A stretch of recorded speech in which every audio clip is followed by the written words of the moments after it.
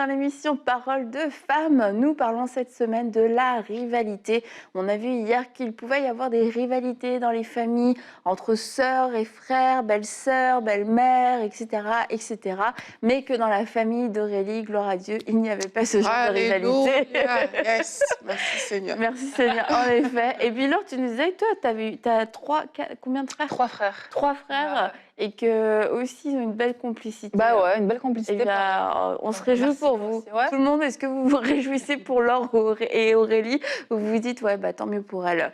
Eh bien non, réjouissez-vous, c'est un premier pas justement pour aussi semer dans votre propre famille. C'est possible de vivre une vie sans rivalité. Par contre, je crois que c'est impossible de ne pas être exposé à la rivalité. C'est une tentation pour nous toutes et nous tous à un moment donné dans nos vies. Et on a le choix de pouvoir y succomber, où on a le choix de pouvoir y résister et de marcher dans l'amour, de garder notre cœur, de rechercher la paix. C'est un choix qui nous appartient à chacun. Et aujourd'hui, nous allons parler de la rivalité au travail parce que le monde du travail peut être un monde quelquefois assez cruel, assez impitoyable. Et alors, comment en tant que chrétien, chrétienne, trouver sa place? Comment ne pas tomber dans la rivalité alors que tout le monde, peut-être tout votre lieu de travail fonctionne sur cette base de la rivalité et de la compétition? C'est une grande et belle question à laquelle nous allons pouvoir, j'espère en tout cas, répondre aujourd'hui. En tant que collègue de travail. En tant que collègue de travail.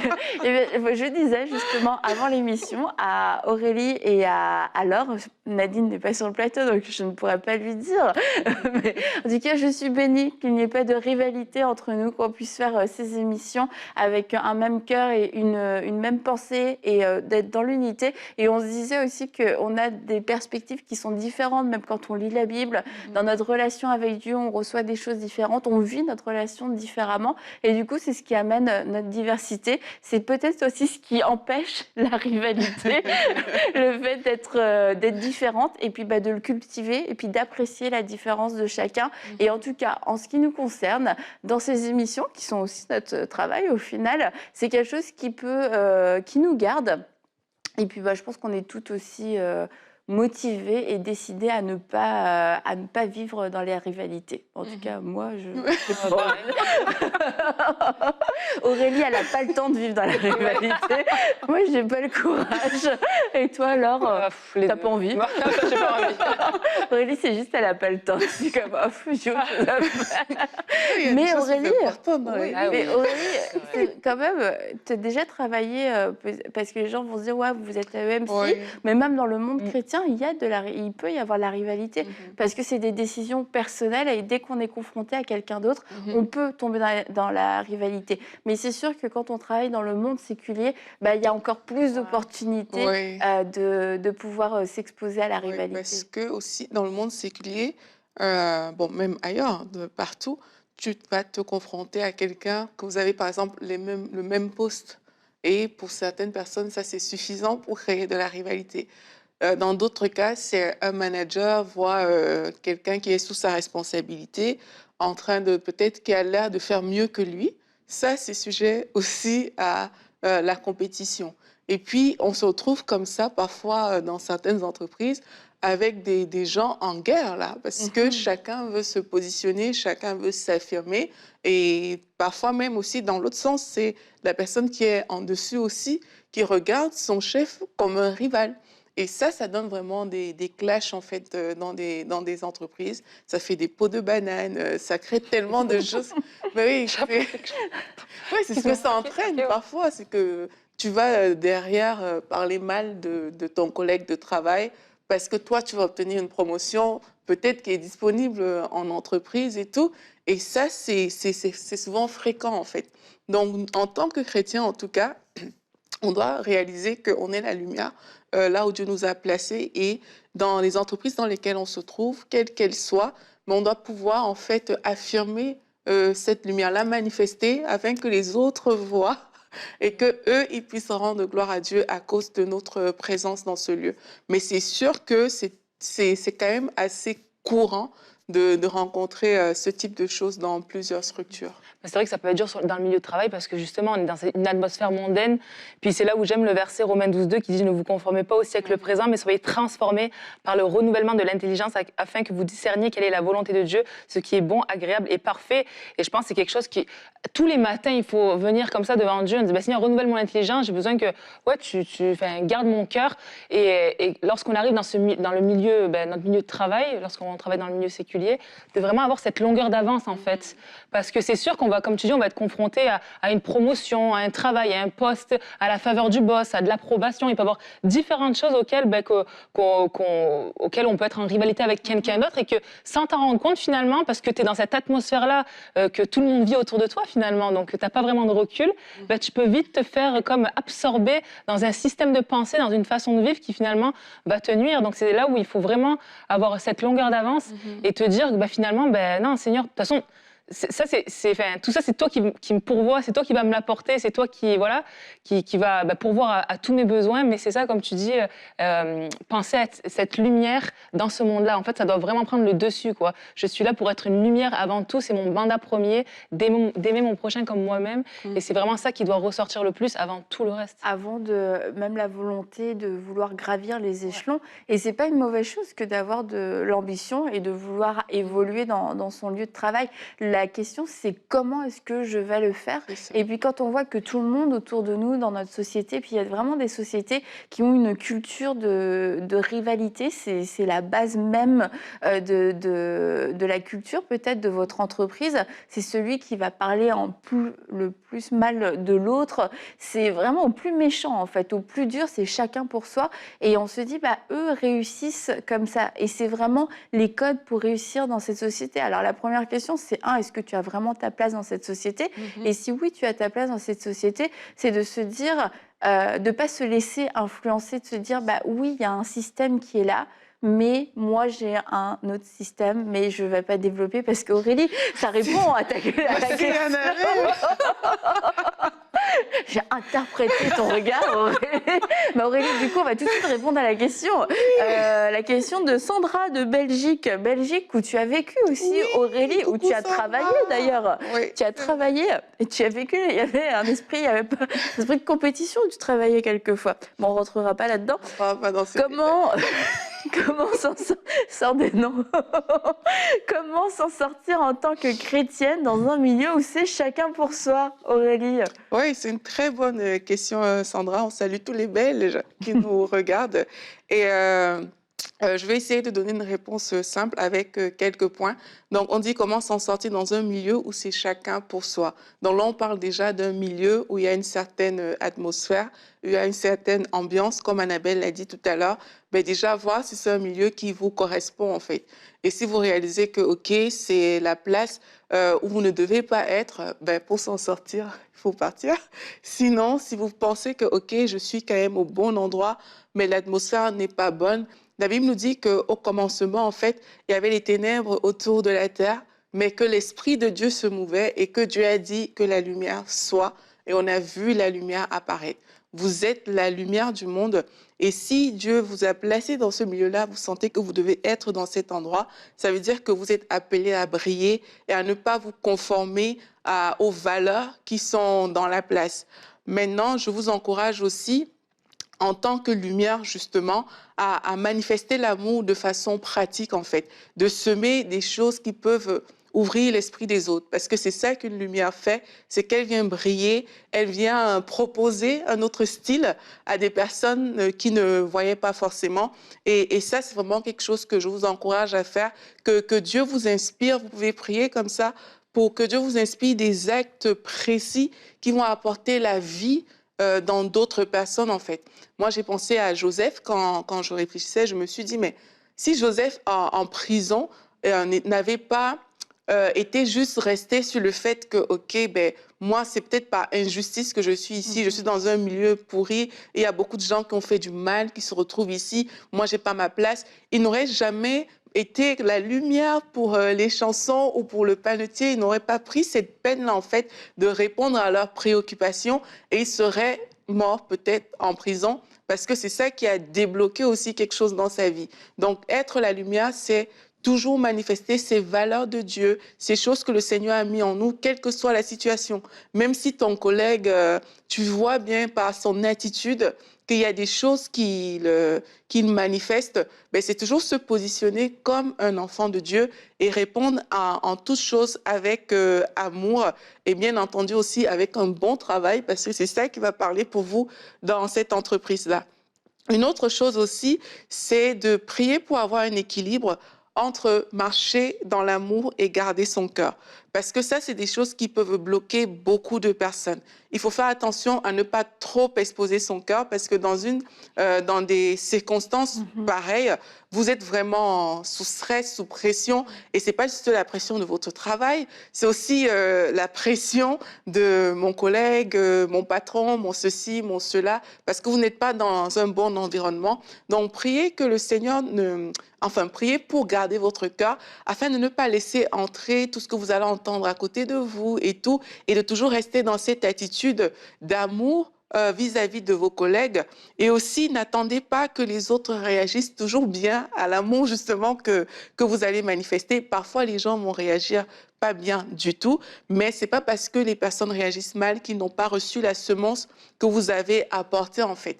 Et aussi, je vous encourage du coup à vous laisser conduire par le Saint-Esprit pour toutes les actions inspirées qu'il vous mettra à cœur de faire en faveur de vos collègues dans cet environnement.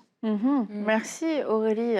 Et tu pensais à Joseph, moi je pensais à Daniel, oui, vous en doutiez. Daniel, quand il a refusé, il a dit de se souiller avec les plats du roi. Et ça peut être une stratégie, c'est que vous puissiez demander en fait à avoir un dossier ou à avoir un certain objectif, qu'on vous confie une certaine mission et c'est un patois, hein, ceci dit, mais que vous disiez à votre responsable, votre patron, bah écoute, moi je suis pas à l'aise avec le système.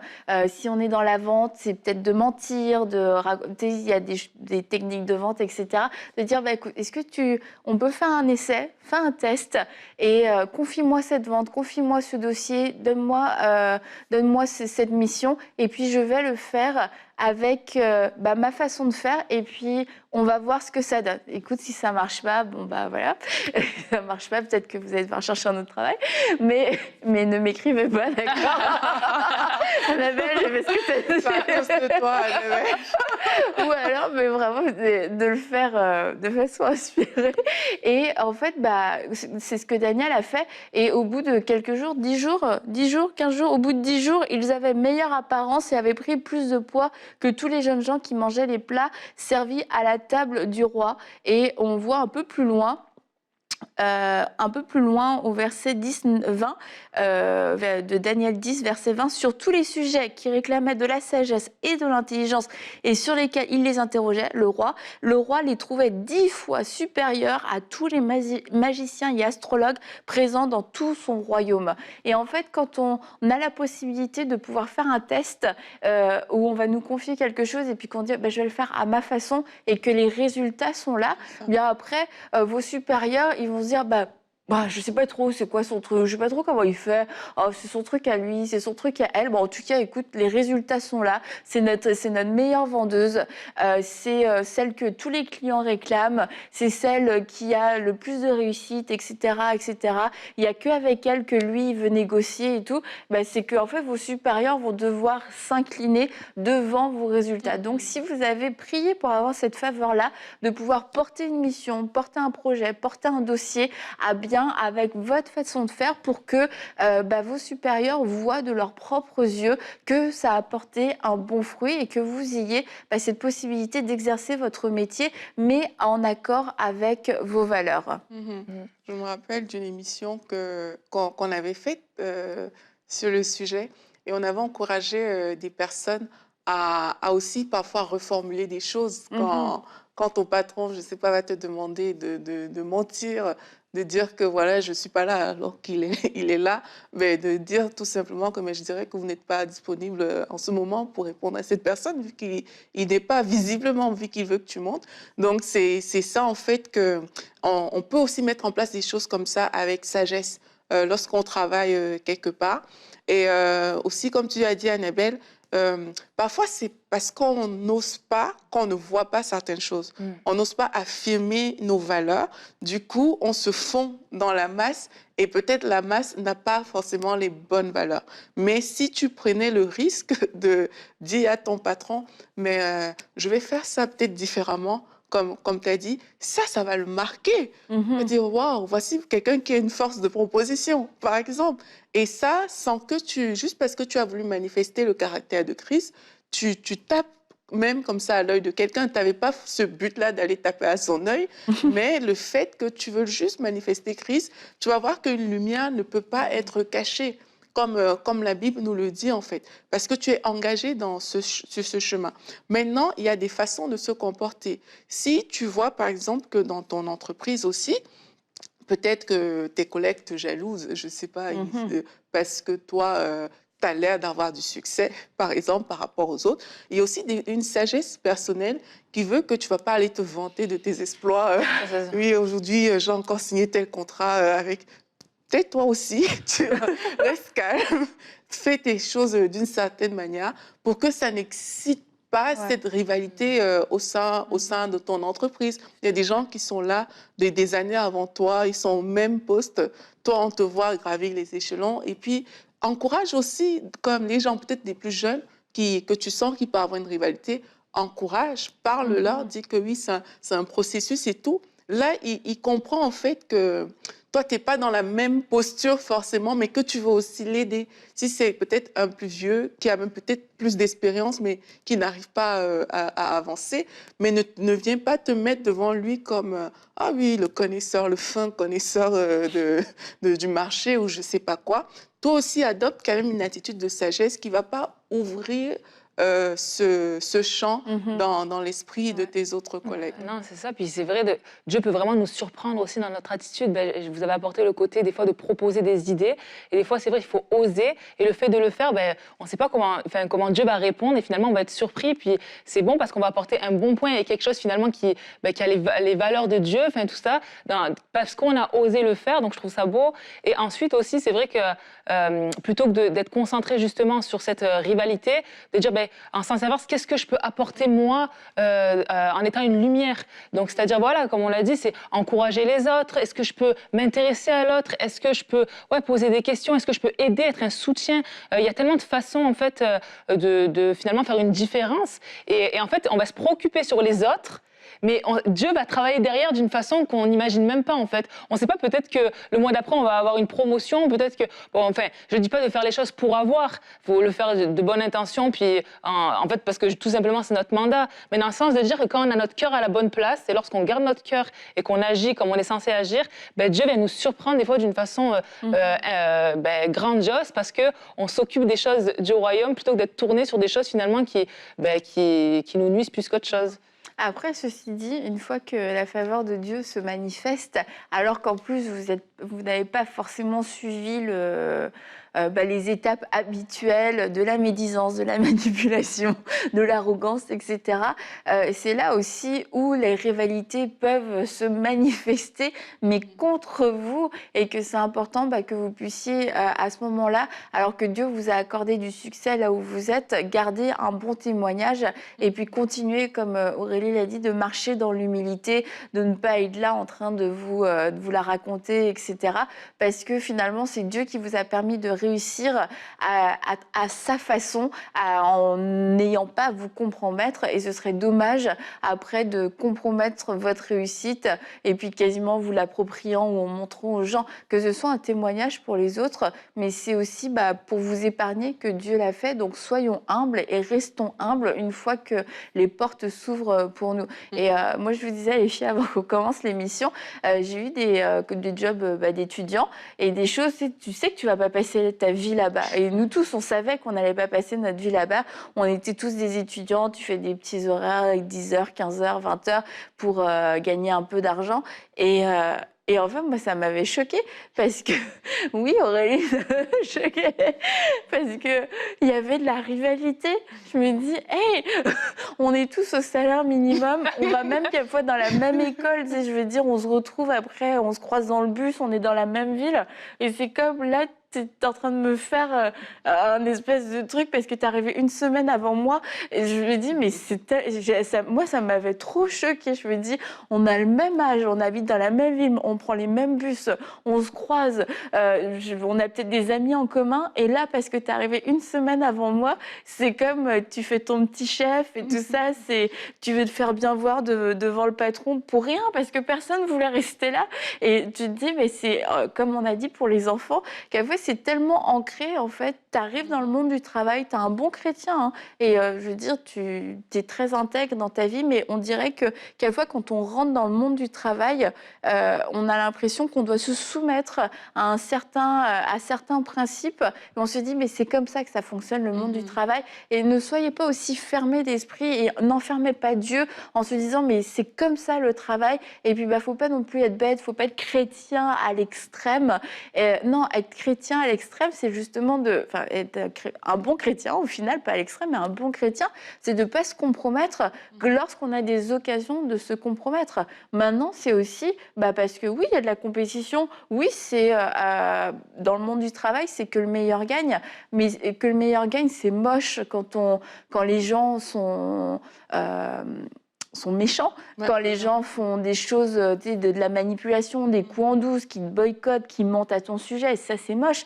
Mais après que le meilleur gagne, entre guillemets, dans le monde professionnel, que c'est au plus performant, au plus compétent qui a la promotion, ça c'est normal. Je veux dire, dans un hôpital, je suis contente de savoir que c'est le meilleur docteur qui est peut-être responsable, etc., que c'est pas parce que c'est lui le plus compétent. On aime ça, que savoir que les professionnels soient compétents. Maintenant, c'est à nous aussi d'être compétents et de ne pas tout confondre. Ça, ouais, et d'avoir conscience qu'on a notre place. Je sais que j'en avais parlé hier ou avant-hier, là, mais qu'on a notre place. Donc, si peut-être que la personne va avoir la promotion, ça ne veut pas dire que toi, tu restes sur le carreau puis il n'y a rien pour toi. Il y a aussi quelque chose qui est pour toi. Alors, peut-être qu'après, c'est toi qui vas devoir te former ou apprendre certaines choses, ou peut-être qu'il y a un effort à faire quelque part. C'est possible. Mais voilà, c'est quelque chose vraiment à prendre en considération. Hier, on a parlé aussi peut-être que les parents ont manqué à un certain niveau, voilà, mais de tout ça, le mettre de côté et vraiment garder dans le cœur que j'ai ma place ici. Seigneur, tu as quelque chose pour moi. Et puis de s'accrocher vraiment à cette vérité. Parce que franchement, ça va vraiment changer notre vie. Quand tu prends conscience de ça, tu dis, je sais que tu as quelque chose pour moi. Tu as des plans de paix et non de malheur. Et je m'accroche à cette vérité. Et il faut être professionnel aussi. C'est parce que on est chrétien qu'on ne doit pas être professionnel. Je le dis parce que parfois, dans certaines entreprises, au lieu de travailler, vous écoutez, je ne sais pas, la prière de X, la prédication de Y, et c'est sûr que ton patron voit ça, mais ça va. En fait, tu es en train de te mettre des bâtons dans les roues, et s'il y a une faveur, même de Dieu, qui vient, qui s'applique à toi, on va dire ça comme ça, les gens, ils ne vont pas comprendre. Tu vois, et ça va créer des rivalités parce qu'on te voit toujours faire des choses qui n'ont pas forcément trait à ton travail. Donc, c'est aussi important en tant qu'enfant de Dieu de rester aussi professionnel dans le cadre dans lequel on est. Maintenant, j'encourage aussi les gens parce que, comme tu disais, Annabelle, parfois la compétition est tellement ancrée dans les mœurs, on va dire ça comme ça, que les gens, ils ne font même pas exprès, en fait. C'est ça. Ils ne sont pas malveillants. Donc, tu peux avoir des collègues, il n'est pas malveillant, mais il a cet esprit compétitif vis-à-vis de toi. Mais j'encourage les gens à faire profil bas. Tout simplement, tu n'es pas obligé d'entrer dans une histoire où, il est compétitif, machin et tout. Fais profil bas, toi, fais ton travail avec professionnalisme, en comptant sur la grâce de Dieu. Et tu vas voir que tu n'auras même pas besoin de dealer avec ces choses-là. Maintenant, il y a des gens que leur compétitivité les amène à la malveillance. Et ça aussi, il y a une façon de se comporter. Et si en entreprise, quelqu'un, il nous fait une peau de banane. Attention, tu marches là. Donc, il dit des choses contre vous dans le but de vous discréditer, dans le but de vous faire rater une promotion dans ce genre de choses. Rien aussi ne vous empêche d'établir juste la vérité sur comment vous travaillez, sur ce que vous faites, sur qui vous êtes vraiment, pour que le mensonge sur vous ne soit pas répandu. Donc ça aussi, c'est possible de s'exprimer, mais avec simplicité, sans rentrer dans des guerres ou des choses comme ça, soit en faisant profil bas si la personne, il n'y a aucune malveillance, mais s'il y a malveillance, on peut rétablir la vérité aussi sur notre sujet en entreprise. Mhm. Ou peut-être même communiquer avec la personne. Tu sais, c'est peut-être une personne avec qui on n'a jamais pris le temps vraiment de parler. Puis on ne sait pas, des fois, il y a peut-être, je sais pas, des fois dans la communication, il y a tellement de choses qui peuvent ressortir que tentons notre chance. Enfin, je me dis, on n'a jamais rien à perdre à essayer de communiquer. En effet. J'étais contente de dire ça, donc voilà. Et comme je veux aussi vous encourager si vous avez des places, des postes à haute responsabilité. Et vous vous dites, mais moi, vous ne savez pas ce que je suis en train de vivre, vous ne savez pas les dossiers que je suis en train de gérer, la corruption. Je ne peux pas me battre tout seul contre la corruption. Et peut-être que oui, vous ne pouvez pas à vous seul éradiquer la corruption de votre gouvernement, de votre entreprise, de votre pays, mais vous pouvez choisir de ne pas non plus participer à cette corruption. Et vous dites, ouais, à parler de ces petits jobs d'étudiants, etc. Mais moi, je suis dans des hauteurs où je ne vois pas ce que je peux faire.